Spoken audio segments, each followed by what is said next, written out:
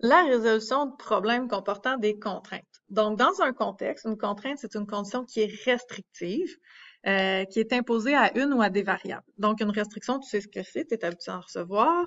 Donc, on veut limiter les réponses possibles. Par exemple, au Québec, l'âge minimal pour conduire une automobile est de 16 ans. Cette contrainte peut se traduire par l'inéquation A est plus grand ou égal à 16. Donc, c'est ça une restriction. La contrainte de non-négativité, ça fixe 0 comme borne inférieure. Donc, on en a parlé dans un autre problème. Exemple, le permis de pêche peut autoriser de pêcher au plus 10 poissons par jour, mais on se rappelle qu'on peut pas en pêcher moins que 10 par jour, donc on doit mettre une borne de non-négativité qui dit que le nombre de poissons pêchés doit être plus grand ou égal à 0, parce que c'est complètement illogique d'avoir pêché moins 5 poissons, et mais plus petit ou égal à 10. Et là, on voit pas la barre du égal, mais ici, parce que c'est au plus, et au plus, on peut l'atteindre. Donc, la résolution d'un problème qui se traduit par des inéquations se fait en plusieurs étapes. Elle se fait en 4 étapes.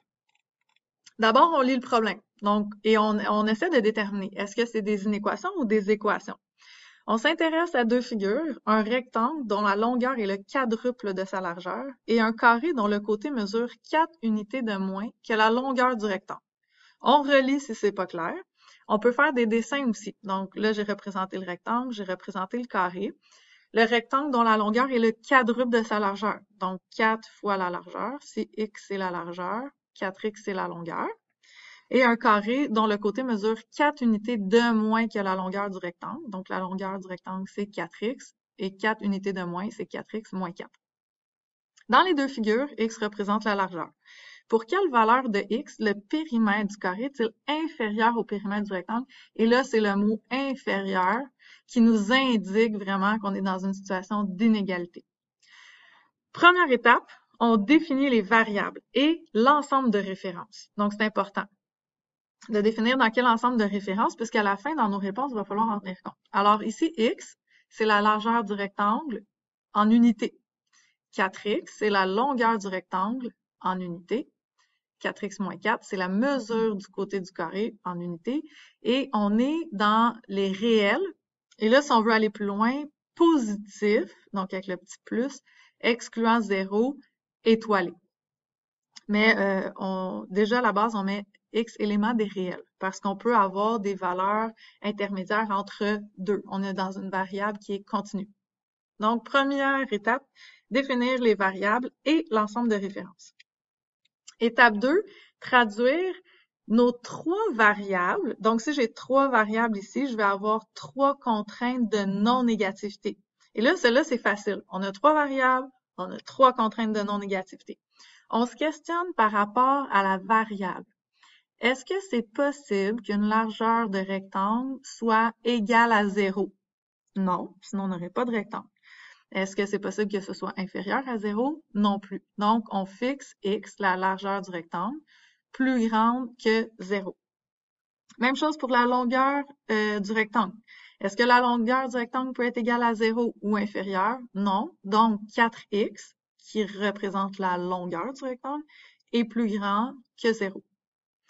Même chose pour la mesure du côté du carré. Donc, est-ce que la mesure du côté du carré peut être inférieure à 0? Est-ce qu'elle peut être égale à 0? Non. Donc, on fixe 0. Et là, je vous le dis, trois variables, trois contraintes de non-négativité. Deux variables, deux contraintes de non-négativité. Et on met la quatrième contrainte qui représente la contrainte du problème. Donc, on veut que le périmètre le périmètre du carré soit inférieur au périmètre du rectangle. Alors, j'exprime le périmètre du carré, 4 fois la mesure du côté du carré, et on veut que ce soit inférieur, donc plus petit, au périmètre du rectangle. Et le périmètre du rectangle, c'est 2 fois la somme des deux côtés. Alors, j'avais trois variables, je répète, j'ai trois contraintes de non-négativité et j'ai une contrainte dans le problème que j'exprime et je les numérote. Étape 1, variable. Étape 2, traduire les inéquations et nos contraintes de non-négativité. Étape 3, résolution. Donc là, j'ai quatre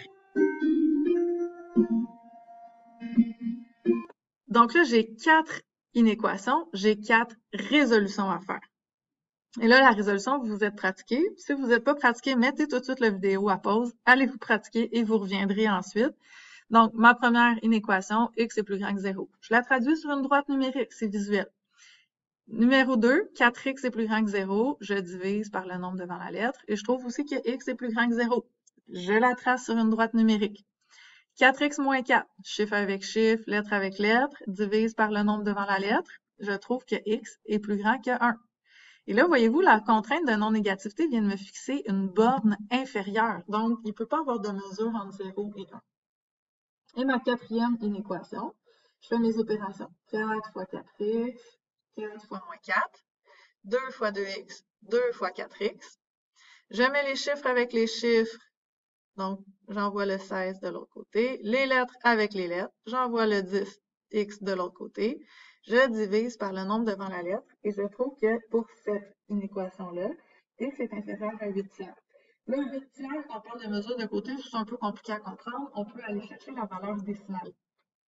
Et je représente la droite. Je conclus cette étape en disant donc. Et c'est quoi le donc? C'est l'intersection. Et là, ça fait référence au connecteur logique. C'est l'intersection entre les 4 réponses qu'on a trouvées. Donc, à quel moment, quelles sont les valeurs qui sont communes aux 4 solutions de mes inéquations?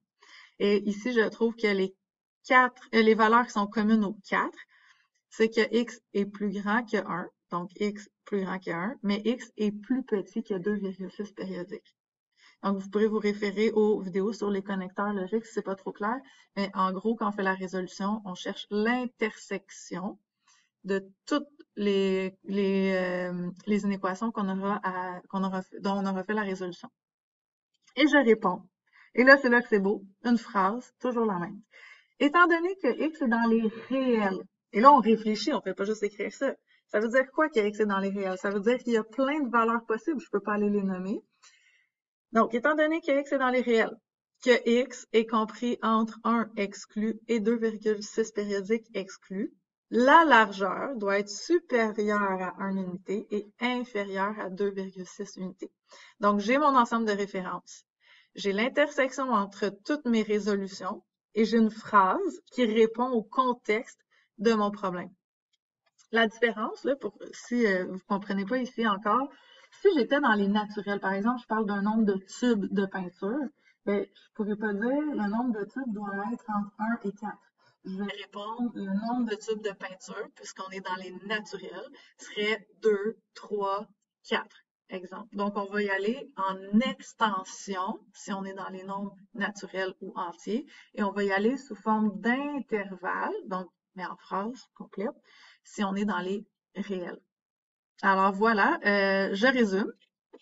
Lorsqu'on a un problème contenant des contraintes d'inégalité, on trouve le mot inférieur, supérieur, plus grand, plus petit dans le contexte.